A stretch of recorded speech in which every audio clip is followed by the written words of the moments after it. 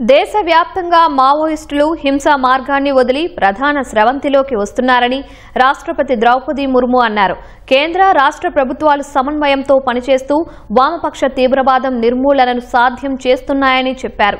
ఛత్తీస్గఢ్లోని అంబికాపూర్లో నిర్వహించిన జన్ జాతీయ గౌరవ్ దివస్ కార్యక్రమంలో రాష్ట్రపతి పాల్గొన్నారు. ఈ కార్యక్రమంలో ఛత్తీస్గఢ్ గవర్నర్ రామన్ డేకా, ముఖ్యమంత్రి విష్ణుదేవ్ సాయ్ సైతం పాల్గొన్నారు. ఈ సందర్భంగా మాట్లాడిన ద్రౌపది ముర్ము గిరిజన సమాజాలు ఇతర సామాజిక సమూహాలతో దశల వారీగా ముందుకు సాగాలని సూచించారు. గిరిజన వీరుల మార్గాలను అనుసరించడం ద్వారా ఛత్తీస్గఢ్ ప్రజలు వికసిత్ భారత్ నిర్మాణానికి అమూల్యమైన సహకారం అందిస్తారనే నమ్మకం ఉందని రాష్ట్రపతి ద్రౌపది ముర్ము పేర్కొన్నారు.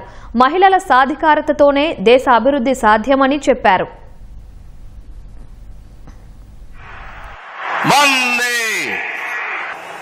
पूज्य गहिरा गुरु